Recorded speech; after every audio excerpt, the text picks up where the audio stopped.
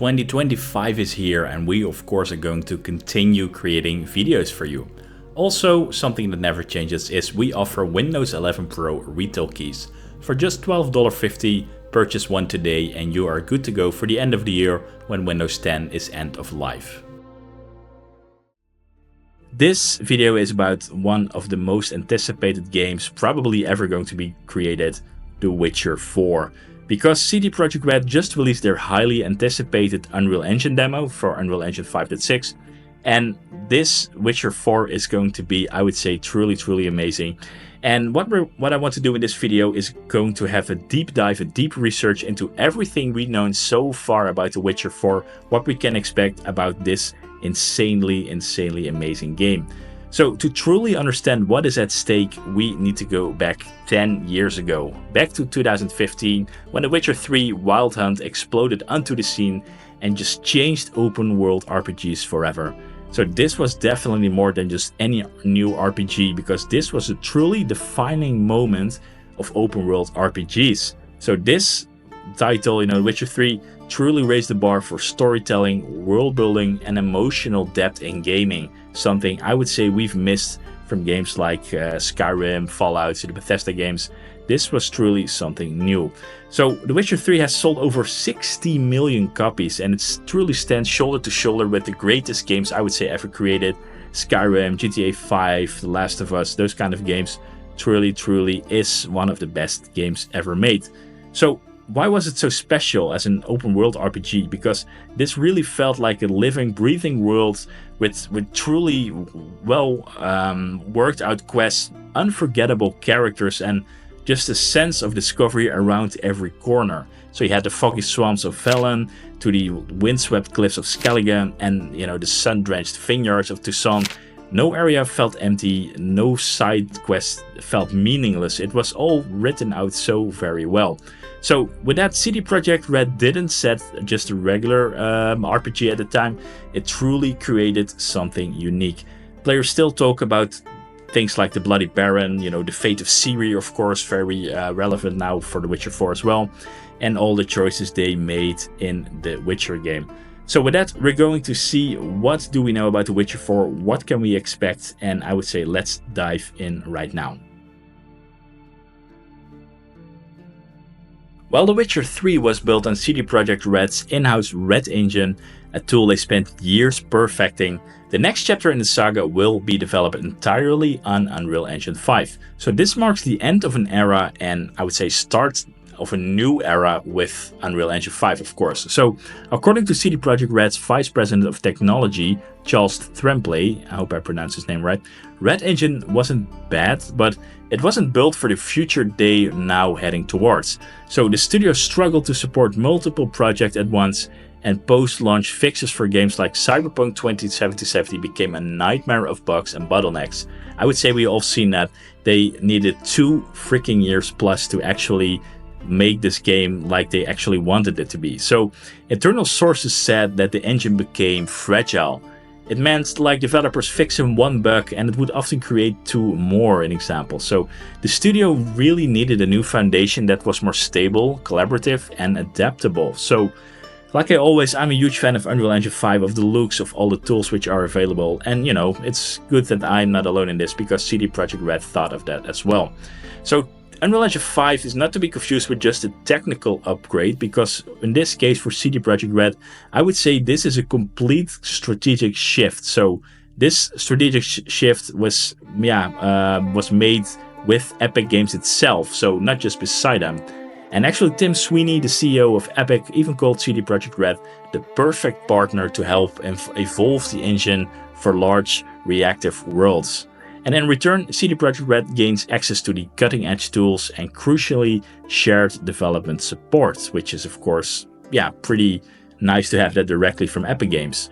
So the CD Projekt Red team has emphasized that they're not abandoning their design philosophy, and instead they're bringing over everything they learned from the Red engine. So open world streaming, complex systems, storytelling depth, but now combining it with Unreal Engine 5's power. In fact, senior technical animator Julius Gribik said it the best, I would say. We're bringing our DNA, but with a better toolbox.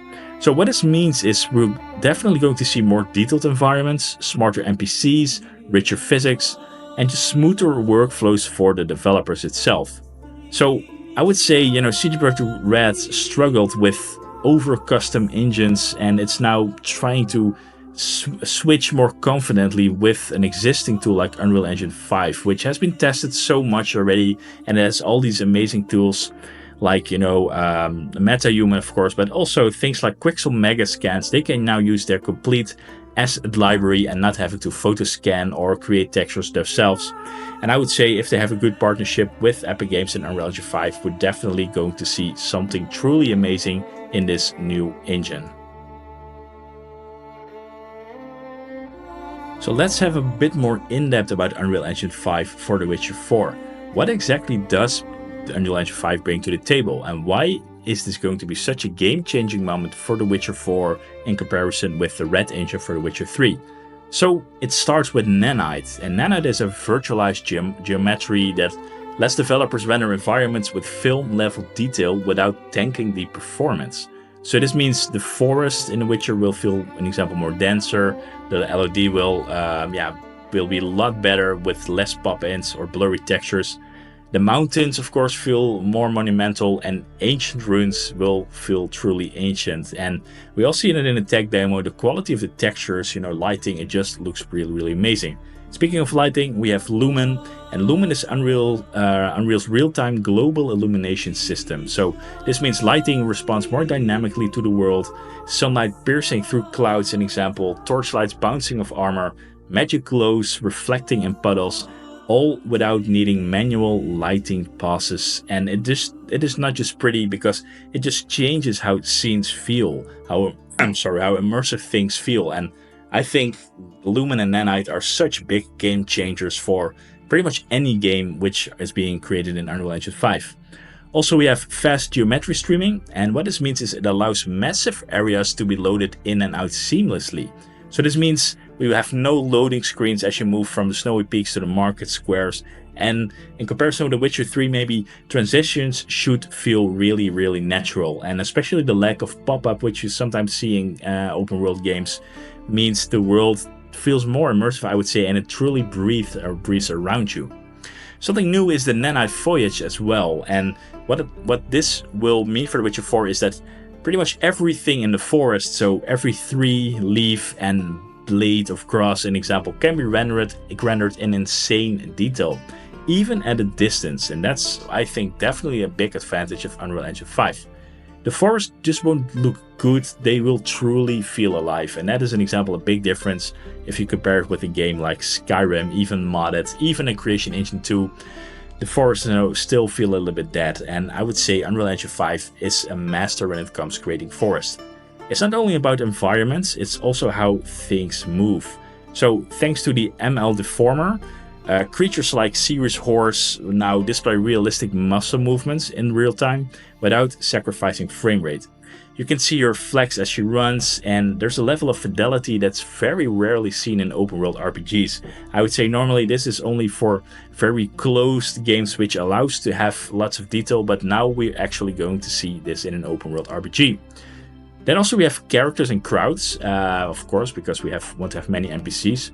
And Unreal's mass framework is a breakthrough in this. So in the tech demo, which we saw when Ciri bumps into the man carrying apples, he stumbles, drops them, and the apples roll downhill, triggering kids to steal one, and pigs, come looking for food. That kind of stuff is not necessarily scripted. This is a true interaction which can happen in the game. Of course, it's a little bit iffy. There's a lot of criticism that this entire demo was scripted, but this Unreal Match framework is actually able to do that kind of stuff. So supporting this, the Unreal Animation framework enables for far more fluid motion. And this not only means combat, but just also in daily NPC behavior. So it means like the world is filled with citizens who will react dynamically to weather, player actions, or nearby creatures, but in such a level that we have not seen before. So all of this tech is designed to help CD Projekt Red return to their core strength, and that is world reactivity. So a place that responds to the player, not just visually, but mechanically, emotionally, and story-wise as well. And remember, the tech demo we saw was running at 60 FPS on a regular PlayStation 5 with ray tracing enabled. And that is a seriously impressive performance for a regular PlayStation 5. And I would say this is going to be, hopefully at least, a very huge leap forward if you compare it with Cyberpunk's rocky, maybe a little bit of a disastrous launch. And it just shows how seriously CD Projekt Red is now hopefully taking its time to have better stability, better optimization, and just bring a very good polished game directly from launch if you compare it with something like Cyberpunk 2077. So what exactly did we see in CD Projekt Red's Unreal Engine tech demo for The Witcher 4? So what did we see in Unreal Engine 5.6, brand new version of this engine? I would say first and most importantly, Ciri is the main character, of course, for the ones who didn't know that yet. And this demo shows her in action on a new contract, confirming her role as the main character in this new saga of The Witcher 4. So executive producer Malgorzata Mitrega, I hope I'm pronouncing his name right, called her just the natural choice, and reminding fans that this has always been Ciri's story, even in the books, of course, from The Witcher lore. And this is not just a return to the continent, this is going to be a start, hopefully, of an entirely new trilogy. So the demo also introduces a brand new region, Kovir. And Kovir is a mountainous land of trade-focused cities, far removed from the constant wars that plague the northern realms in The Witcher 3. So Ciri journeys from snowy highlands and thick forest down to a coastal city called Valdres, and this is a bustling city full of life, markets, and secrets. So this is a clear tonal shift. So instead of these muddy battlefields and war councils, we may be stepping into a more politically neutral world, one driven by economics, intrigue, and monster contracts of the beaten path. And visually, of course, this is truly stunning to look at. The demo showcases the Nanite foliage system in full force, and this means, as you can see, the forests are so dense and so realistic, they feel like real places almost, with wind reacting to every branch. Also something I have to say Witcher 3 did really well, but Unreal Engine 5 is really mastering this kind of stuff. The city of Valdres is alive with dynamic crowd behavior, powered, like we mentioned earlier, by Unreal Engine 5's mass framework. And it is not just about smoke and mirrors, because when Ciri accidentally collides with a villager carrying apples, also mentioned before, we see him trip, spill the fruit, and just triggered an unscripted chain reaction. Apples roll downhill, kids chase them, and pigs join the chaos. So the thing is a little bit, was this truly scripted? I would say it's definitely a little bit of scripted, but the system here, I can't emphasize it enough, is supposed to work like this. It should not be scripted, it can work dynamically, and that is why this is so cool. And yeah, then of course the horse, Kelpie, this shows the ML deformer, so here you can see the muscles of the horse actually flex as she moves. So no janky animations or stiff riding, especially with Bethesda games we see this a lot. This is just smooth, natural movement. And CD Projekt Red even joked that Kelpie is a lot more advanced than our old friend Roach, of course, from Geralt. So combat wasn't shown in full, but what do we see is that Ciri's agility and teleportation, I would say it is hinting at a more faster, more magical playstyle than we saw from Geralt in The Witcher 3. It was, I would say, more focused on regular swordplay with a little bit of additions, of course. And CD Projekt Red called this liquid compared to Geralt. So yeah, that's, I would say, a pretty nice way to describe this new type of combat. And I personally love this more agility teleportation. I didn't always like the combat in The Witcher 3, and what I saw here in The Witcher 4, this is really more my playstyle. I would say finally the performance. So it's good to keep in mind this wasn't pre-rendered. This demo ran at 60 FPS and a regular PlayStation 5 with real-time ray tracing. So we didn't saw any stuttering, no pop-in, no cinematic trickery. I would say this was really good. A really good impression of what this game can actually be. Sure, I mean, the rest of these worlds is a little bit empty in this tech demo purely, but I would say in a few years, technology goes so fast that I think we're going to be truly impressed when The Witcher 4 is about to be released. Now that we've seen the Unreal tech in action, let's talk more about gameplay and what we can expect. So, like we said in the previous chapter, with Ciri now as the main character, combat is going to be radically different than Geralt. So, more agile, faster, teleportation magic, that kind of stuff. It means we have to remember Geralt is gone in as a main character. So, that will definitely be a very big change to have a completely new main character. So, rumors persist that The Witcher 4 might include custom character creation, possibly tied to the newly introduced School of the Links, of course. So, this is a Witcher school, and this is not featured in the books or previous games. So, truly something, unique and new. So, how is it going to work if we have Ciri and we still have somewhat of a custom character creation?